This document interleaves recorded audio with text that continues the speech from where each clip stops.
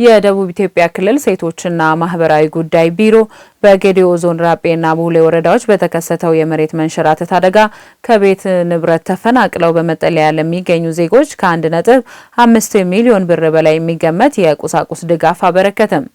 በአደጋው ምክንያት ተፈናቅለው በመጠለያ ጣቢያዎች የሚገኙ ዜጎችን በዘላቂነት ለማቋቋም የዞኑ አስተዳደርና የክልሉ መንግስት በርካታ ስራዎችን እያከናወነ መሆኑን የዞኑ አስተዳደር አስታውቋል። በተፈጥሯዊና ሰው ሰራሽ አደጋዎች ወቅት በተለይም ሴቶች፣ ህጻናትና አረጋውያን ለከፋ ጉዳት ስለሚዳረጉ ለእነሱ ቅድሚያ በመስጠት የድጋፍ ስራ እየተከናወነ እንደሚገኝ ተመላክቷል።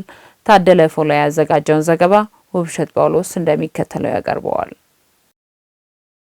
ባለፈው 2017 ዓ.ም በነሐሴ ወር በጌዲዮ ዞን ራጴና ቡሌ ወረዳዎች የተከሰተው የመሬት መንሸራተት አደጋ በርካታ ዜጎችን ለእልፈት ዳርጓል። ብዙዎቹን ደግሞ ከቤት ንብረታቸው ማፈናቀሉም ይታወሳል። ታዲያ እነኚህን ተፈናቃዮችና ሌሎች በስጋት ቀጠና የሚኖሩ ዜጎችን ህይወት ለመታደግ የዞን አስተዳደር ከክልል መንግስት ጋር በመተባበር ጊዜያዊ የማቆያ ስፍራ ላይ ካሰፈረበት ጊዜ አንስቶ በርካታ መንግስታዊና መንግስታዊ ያልሆኑ ድርጅቶችም ድጋፍ ሲያደርጉ ቆይተዋል። የደቡብ ኢትዮጵያ ክልል ሴቶችና ማህበራዊ ጉዳይ ቢሮም ለሁለተኛ ዙር ከ1.5 ሚሊዮን ብር በላይ የሚገመቱ ቁሳቁሶችን አበርክተዋል። በተለይ ሴት እንደመሆናቸው መጠን ብዙ ባዮሎጂካል ፋክተሮች አሉ። ልዩ ትኩረት ያስፈልጋል። ንጽህናቸው ሊጠበቅላቸው ያስፈልጋል። ለዛ ደግሞ እዚህ የተሟላ ግብአት ላያገኙ ይችላሉ። ሱቆች በአቅራቢያ ላይኖሩ ይችላሉ።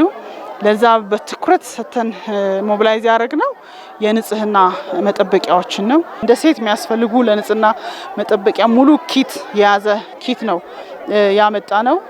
ሌላው ለህፃናት ደግሞ ህፃናት ይሄ በዚህ አደጋ መከሰት ምክንያት ከሚኖሩበት ቀዬ ወደዚህ በመምጣታቸው ምክንያት ከትምህርት ገበታቸው እንዳይቀሩ ለትምህርት ቁሳቁስ የሚጠቅሙ ግብአቶችን የትምህርት ቁሳቁሶችን ይዘን መተናል። ቦታው ትንሽ ደጋማ ስለሆነ ይበርዳል እና ለብርድ የሚሆኑ አልባሳቶችን ያኔ ማምጥተናል። ግን አሁንም በድጋሚ ለህፃናት፣ ለአረጋውያን፣ ለሴቶች የሚሆነውን ለይተን ድጋፍ አምጥተናል። ይሄ ድጋፋችን በዚህ የሚቋረጥ አይደለም። አገግመው መደበኛ ህይወታቸውን መምራት እስከሚጀምሩ ድረስ በቅርብ ርቀት እንደ ቢሮ ተከታትለን እንደግፋለን። ዛሬ እዚህ ያመጣናቸው ድጋፎች እንዳጠቃላይ ሲደመር ኦልሞስት ከ1.5 ሚሊዮን የሚፈጅ ቁሳቁስ ነው ያመጣ ነው። በዞኑ ራጴና ቡሌ ወረዳዎች የመሬት መንሸራተት አደጋ ከተከሰተ ወዲህ መንግስታዊና መንግስታዊ ያልሆኑ ተቋማት በርካታ የግል ባለሀብቶችም ድጋፍ ማድረጋቸውን የገለጹት የዞኑ ዋና አስተዳዳሪ አማካሪ አቶ ዳንኤል ሽፈራው ተፈናቃዮቹ በአሁኑ ጊዜ በጥሩ ሁኔታ ላይ እንደሚገኙም አመላክተዋል። ነገር ግን እነሱን በዘላቂነት ለማቋቋም የዞኑ አስተዳደር ከክልል መንግስት ጋር በርካታ ስራዎችን እያከናወነ መሆኑንም ጠቁመዋል። ይህ ችግር ከደረሰበት ጊዜ አንስቶ በእውነት መንግስትም መንግስታዊ ያልሆኑ ድርጅቶችም ግለሰቦችም የተለያዩ አካላት ከፍተኛ ርብርብ አድርጓል። የቁሳቁስ ድጋፍ፣ የምግብ ድጋፍ፣ የተለያዩ ነገሮችን በማድረግ ከፍተኛ ርብርብ ነው የተደረገው። አሁን እንግዲህ ማህበረሰቡ በጥሩ ሁኔታ ነው ያለው። አሁን በእርግጥ ያው መንግስታዊ የሆኑ ድርጅቶችም መንግስታዊ ያልሆኑ ድርጅቶችም ግለሰቦችም ባለሀብቶችም ሁሉም የህብረተሰብ አካላት ከፍተኛ ርብርብ ነው የተደረገው። እነዚህ አደጋ የደረሰባቸውን ማህበረሰቦችን በዘላቂነት ለማቋቋም በሁለቱም ማዕከል ሳይት ተመርጦ መኖሪያ ቤት እየተገነባ ነው ያለው። ኦልሞስት ወደ ማለቅ አካባቢ ነው ያለው። አሁን እዚህ ያለንበት ሳይት ላይ ራጴ ወረዳ ወደ 252 ቤቶች ተሰርተዋል። አደጋው በተከሰተበት ወቅትም በክልሉ የሚገኙ ወንድም ህዝቦችና ሌሎች ወገኖችም ላደረገው ድጋፍና ወንድማማችነትም ምስጋና ያቀረቡት ደግሞ የዞኑ ሴቶችና ማህበራዊ ጉዳይ መምሪያ ኃላፊ ወይዘሮ ፍሬኔሽ አየለ ናቸው። ወንድሞች ከደቡብ ኢትዮጵያ ክልል ከሌሎችም የመጡት አልቅሰው ዝናቡ፣ ብርዱ ምኑ ሳይገታቸው ላሳዩት ትጋት እንግዲህ ወንድማማችነት ኢትማማችነትን አጎልብተን ሁሉም ያሳየው ድጋፍ ለገደው ማህበረሰብ እጅግ ያኮራ ነው። ህዝቡም ረስቶታል።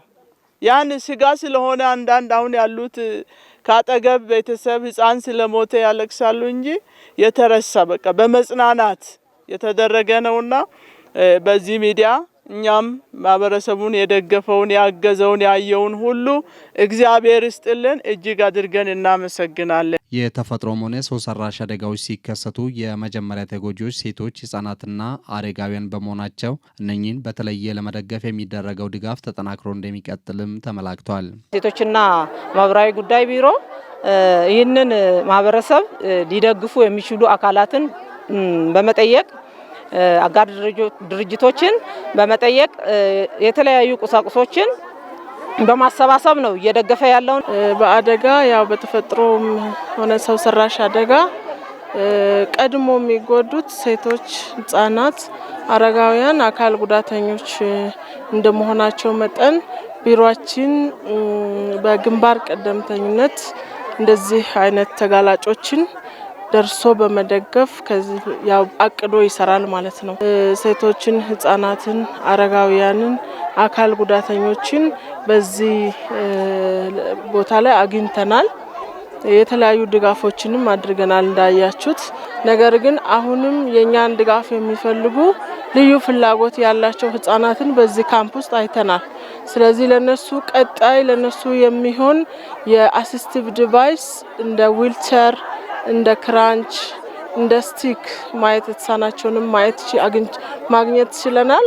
ስለዚህ ቀጣይ የዚህ ድጋፍ አካል አድርገን የምናመጣ ነው የሚሆነው። ሴቶችና ማህበራዊ ጉዳይ ቢሮ ከ1.5 ሚሊዮን ብር በላይ ወጪ አድርጎ ባበረከተው ድጋፍ የሴቶች ንጽህና መጠበቂያ፣ የህፃናት ትምህርት ቁሳቁሶችና የአረጋውያን አልባሳትም ይገኙበታል።